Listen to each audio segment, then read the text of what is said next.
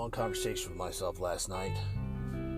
Got to thinking about what's important, not only what matters to me, but what's important in my life, where I am, and how I even got here. You know, everybody has a string of hardships that lead them to make the decisions that they make. And no matter whether those decisions are good or bad, they're decisions. They're decisions that evolve us, that stem from a history, that stem from a train of thought, that stem from some kind of embedment that was placed in our mind. And I had to have a long, hard look at my own personal. So if you hear me breathing hard a little bit, it's honestly, I just came from the gym and I had a moment that I wanted to think about it. I had a moment I wanted to share with you guys about my journey, my personal journey, my mindset. See, I can remember a guidance counselor telling me at one point in my time that just give up. There's nothing that you're going to be able to do. And whether they realize it or not, it had an emotional impact on me. That impact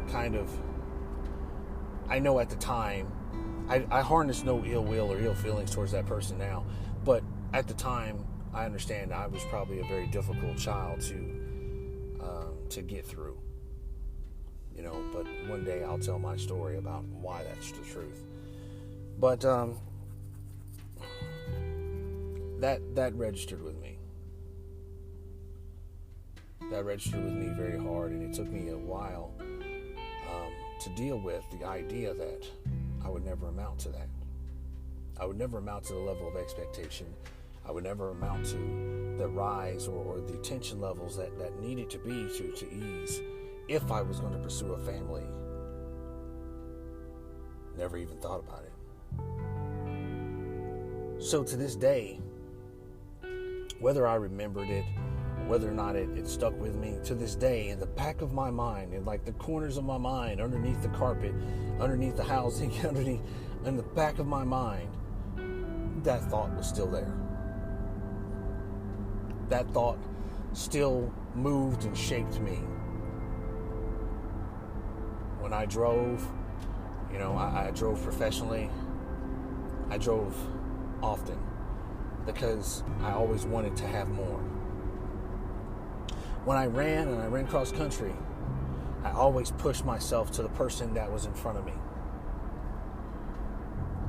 Whenever I competed on the job, I always worked extra and worked harder. Finished my lunch breaks early, got back on time, showed up 15 minutes early. I always did that.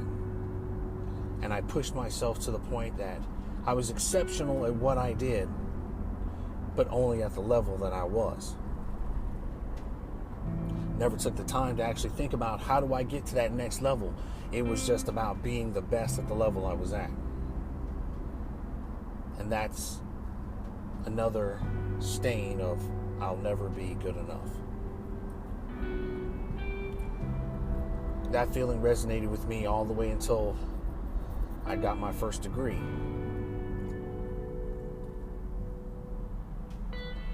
When I ended up getting my first degree, it was surrealistic. It was literally surrealistic. It didn't feel real because I still had that thought in my mind. I'd never be good enough. I still had that doubt in my mind. I'll never be good enough as I walked across the stage.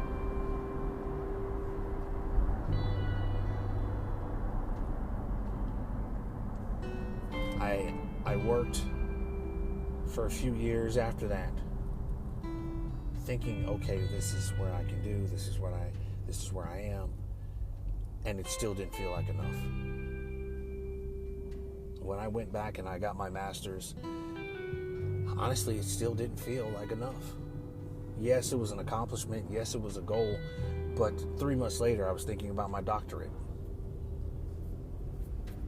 And I thought to myself, this can't be the actuality of my life, to always feel unsatisfied. So I had to stop and take a long look at myself, figure out my surroundings, figure out why I'm feeling this way. It was my element. It was my own thoughts. It was my surrounding. It was my peers. It was the choices that I made. It was the situation, the circumstances, the job I chose, the family that I chose to have around me. All of that impacted my train of thought.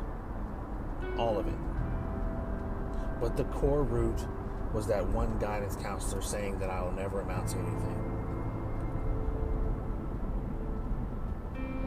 Somewhere after that, I took a short metamorphosis, took a hiatus, and used that to develop myself, to strengthen my core, to feel content, to look at what really makes me happy, what really drives me, and what would make me feel satisfied in my pursuit. To this day, I work from home. I have a pretty good job. It does what it needs to do. It pays for things. It takes care of things. And I don't have the same worries that I did 2 years ago. I'm also part of a startup group and this life coach. And it isn't until the life coaching, it isn't until the startup business that I'm really feeling where I am. I own multiple hats, I own multiple titles. But what really moves me is the fact that I'm able to help. And that trumps that feeling in the back of my mind that I'll never amount to anything. That trumps that feeling that I will never be good enough. And last night, during one of my sessions, yes, I get sessions as well. I feel as a life coach, you should always evolve, always try to develop, always get better. As the world changes, so should you. And that moment came to me in one of the sessions where I realized I'm good enough. I've always been good enough. I might not have had the training. I might not have had the practice. I might not have had the experience. I might not have had the development, but I have always been good enough. And so are you. It isn't until you visualize what your comfortable, most successful self looks like that you can compare it to your current mindset. Noticing how they align, noticing how those two interact.